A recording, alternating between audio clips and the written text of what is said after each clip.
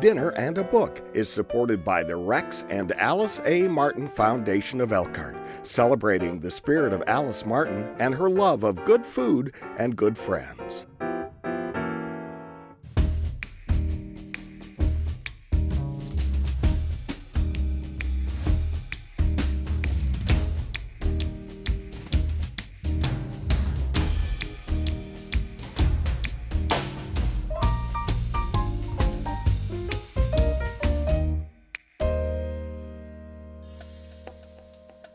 In her second compelling young adult novel, Girl Unearthed, Ojibwe writer Angeline Boulley introduces us to the next generation of indigenous characters who have a lot to teach readers of any age.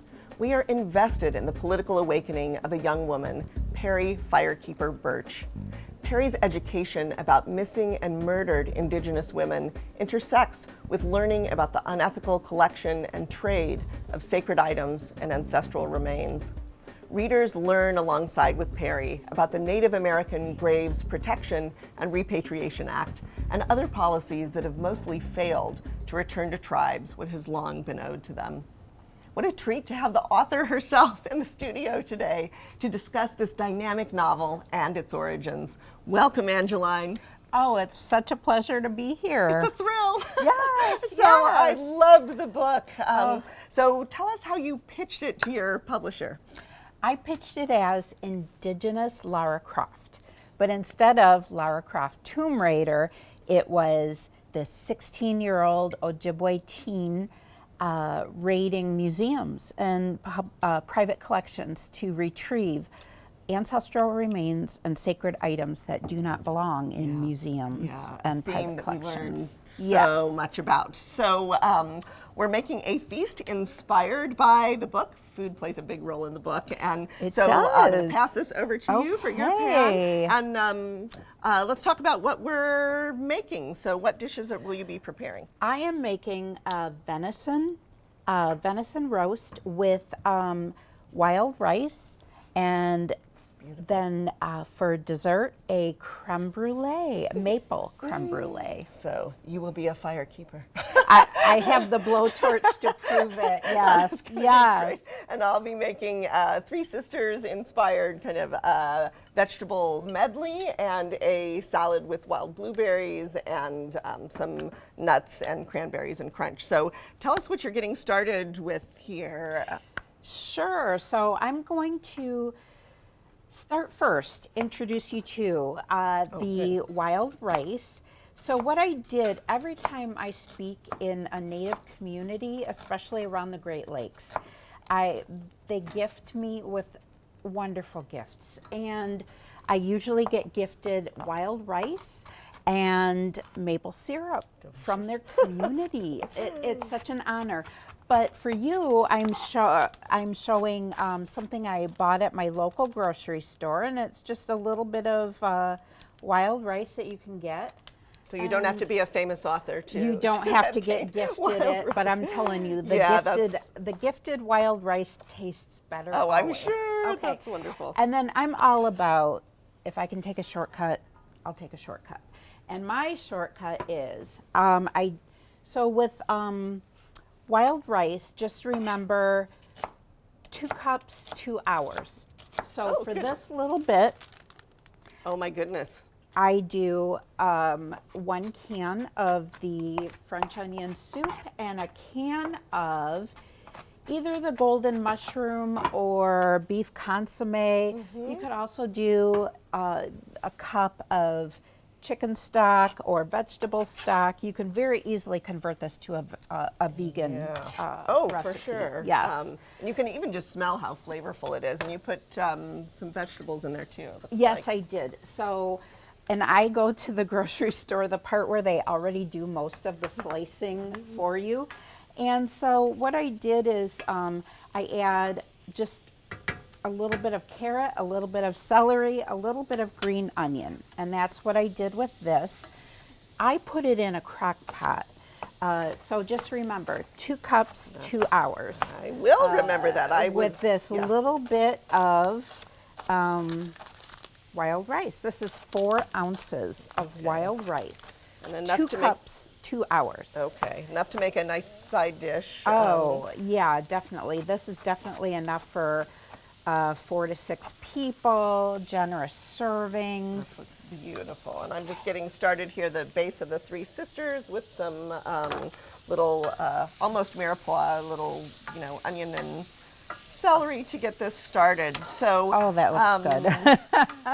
so food plays a very big part in this book, and you've talked about that a little bit here, but anybody who likes to eat or cook will be inspired by the book. And venison is also in the book, so can you talk a little bit about where your venison Sure. comes from? And Okay. So in the book, Perry goes to an alternative high school, Yeah.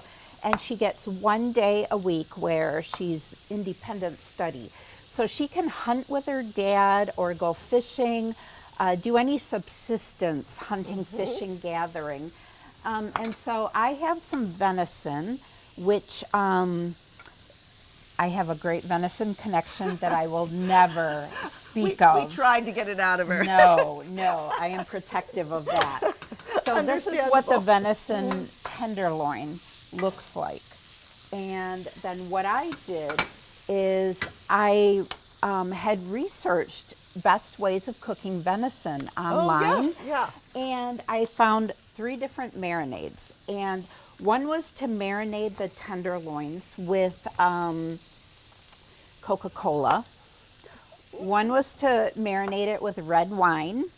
And one was to marinate it with buttermilk. And I tested all of these, and my favorite was the buttermilk. Okay. So what I do is, so yes, we always start with the olive oil. It has a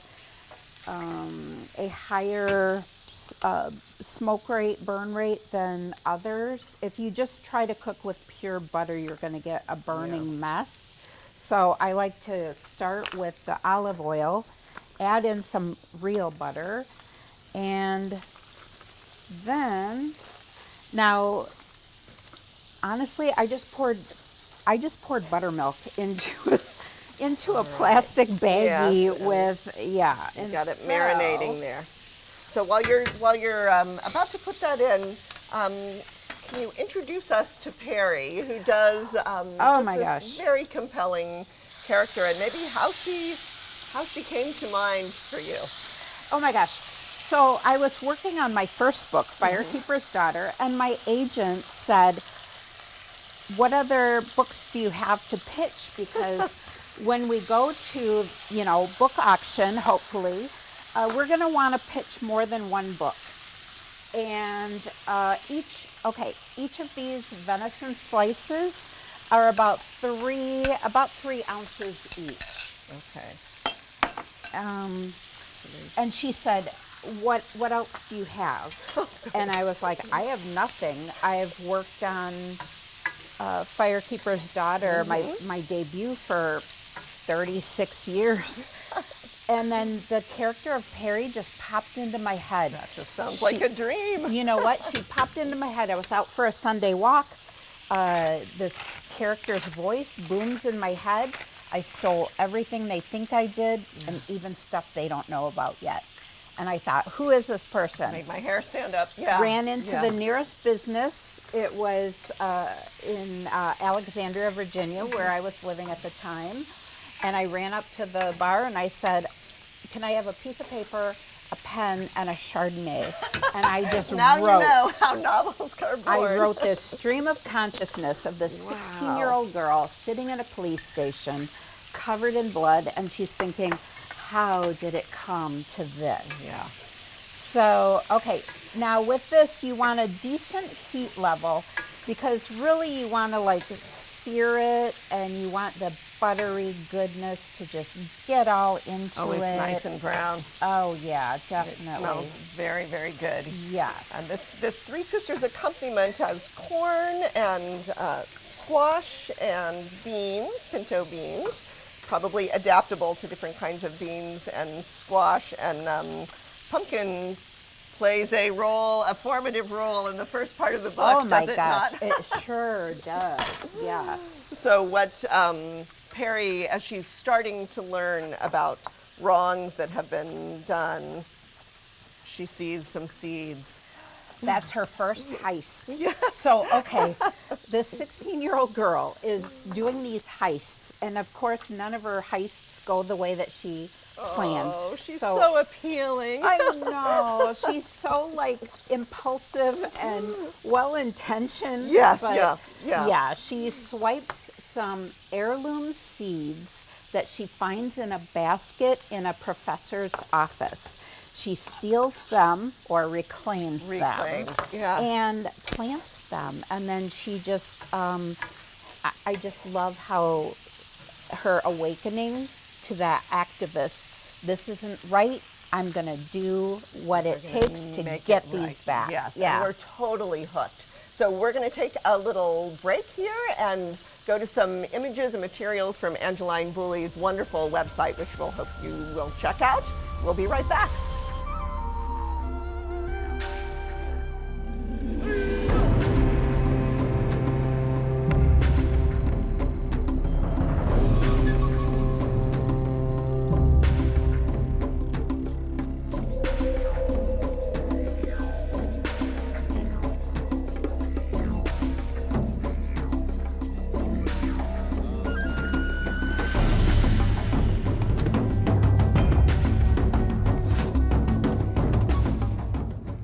Angeline and I are here talking about her wonderful novel, Warrior Girl Unearthed.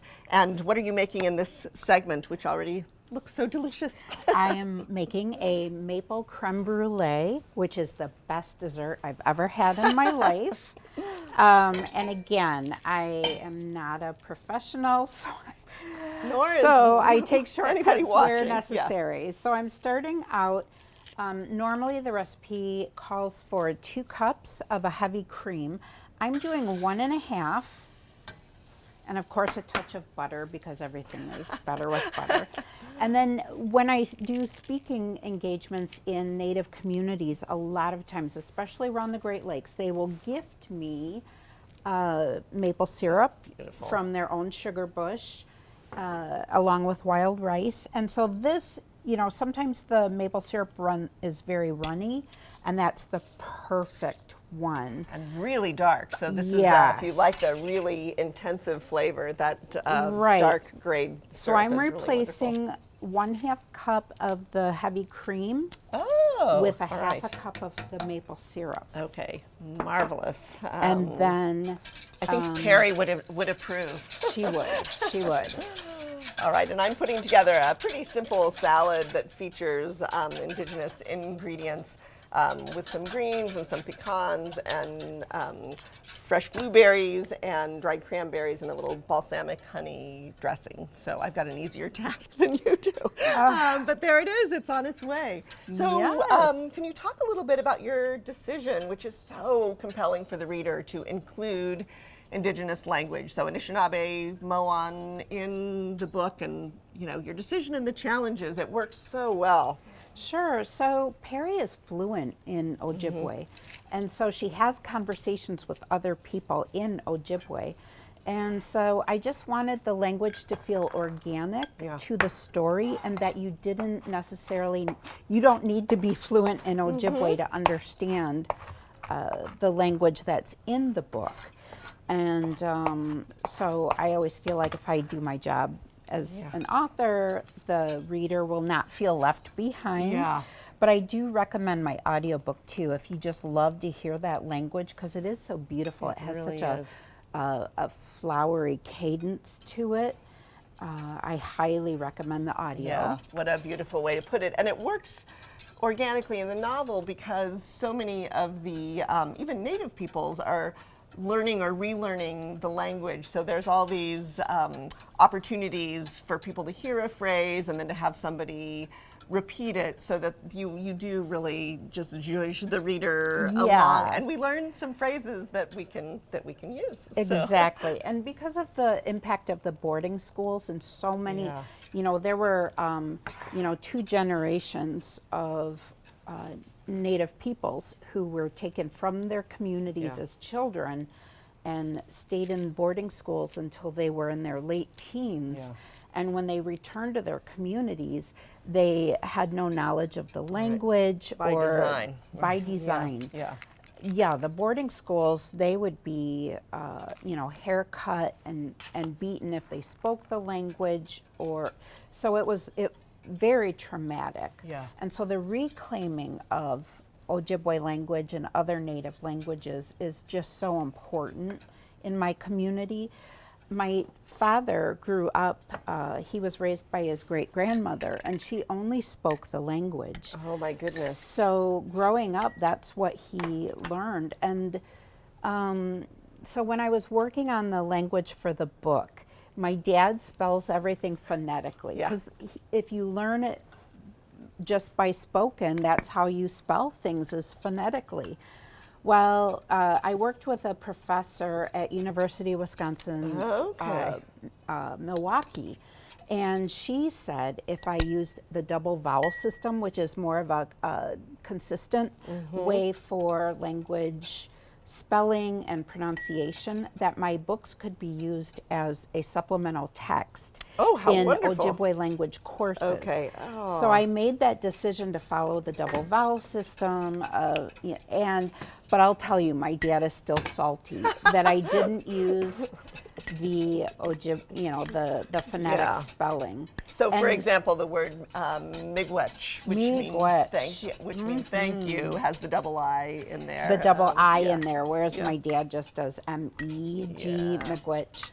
And then when my dad pronounces it, he'll say, or as they say in my village, miigwech.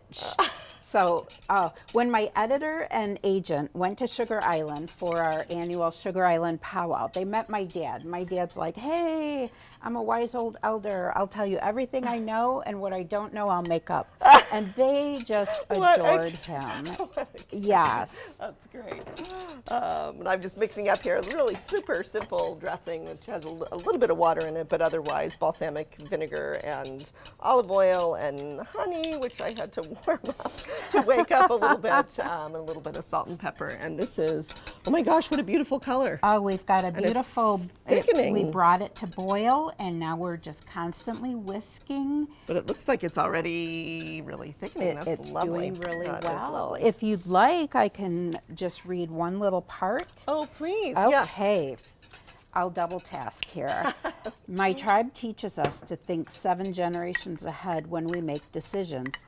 Nedamop would have thought about me. I am her 7th generation, and she was someone else's 7th generation.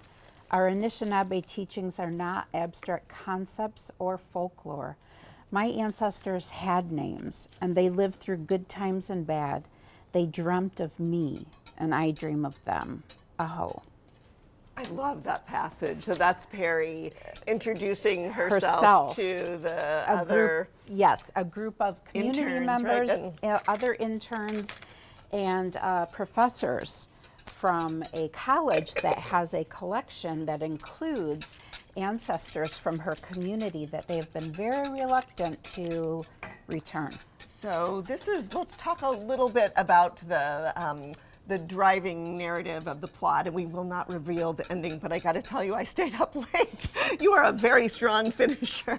The plot just really is propulsive through the book, and then especially at the end. But the so-called experts do not come across very well in this book, and you really reorient readers, and you said at the author's note, really this is about who controls indigenous bodies.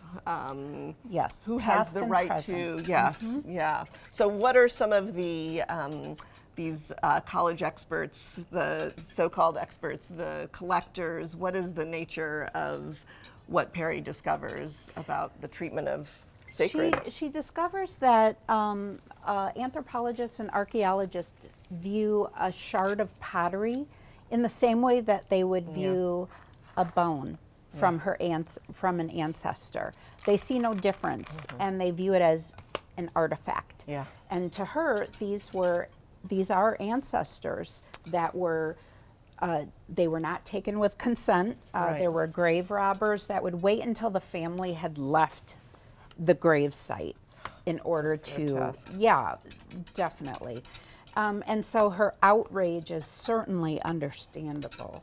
And so her decision to do a heist of a private collector, that is really the main climatic scene in the book, is what her and her band of misfit toys, what including there's a nice romance in there. Oh, Super just sweet. a sweet little Very romance. sweet romance. And just I appreciated the, you know, these teenage and these young characters are, gosh, they feel everything so deeply, and you really bring us along. You know, they are outraged, and they should be. Okay, so here we go into the ramekins. Lovely. Pouring it into the ramekins. And I'm just adding a little bit of feta cheese here, which and then the ramekins, because we're using a mix, we don't need to bake them.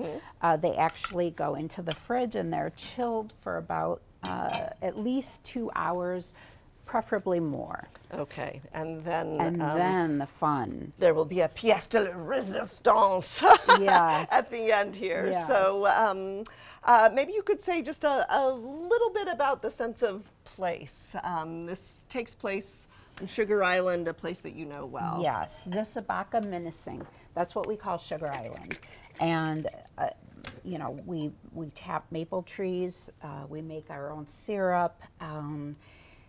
Every year our tribe does a powwow, and it feels more like a family reunion on Sugar Island. And so it's just a beautiful place between Sault Ste. Marie, Michigan and Sault Ste. Marie, Ontario. Which we could visit. It's You within can driving visit. distance of us. And the place is really almost a character. It's just layered with memories and history and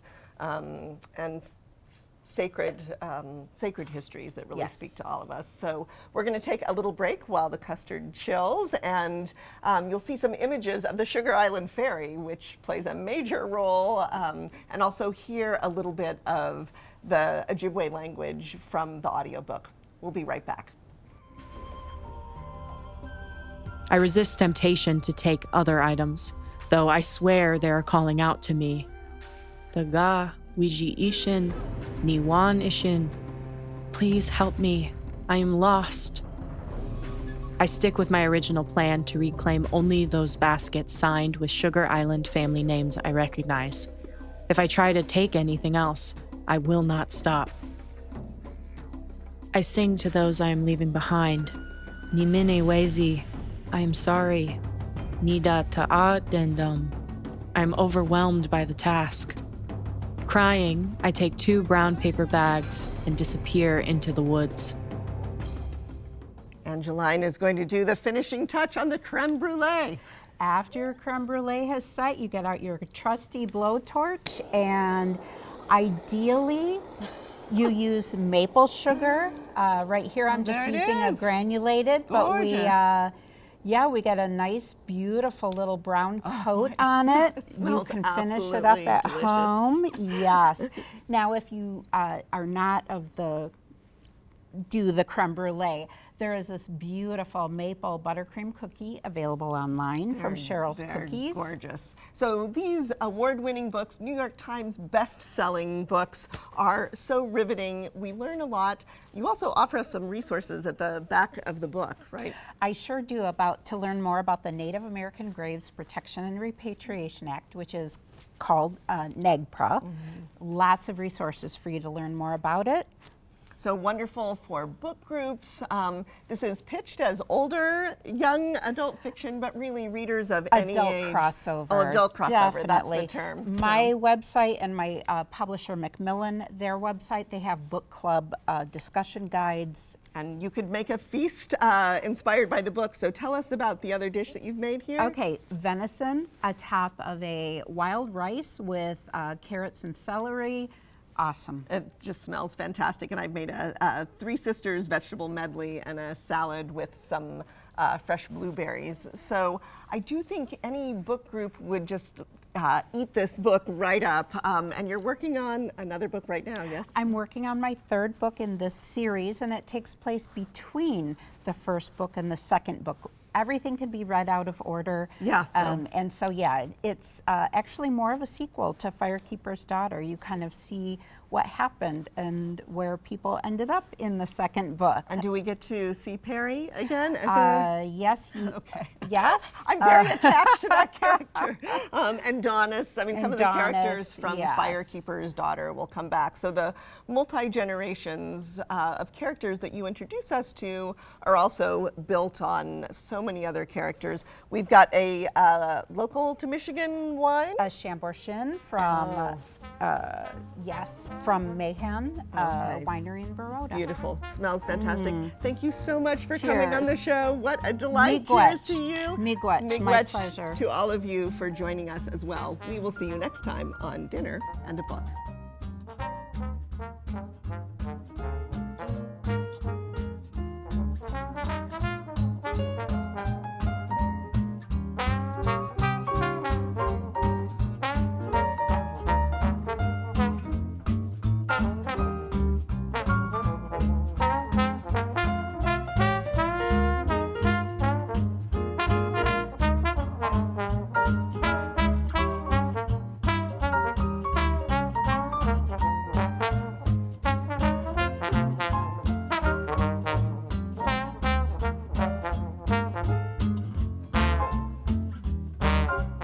This WNIT local production has been made possible in part by viewers like you. Thank you.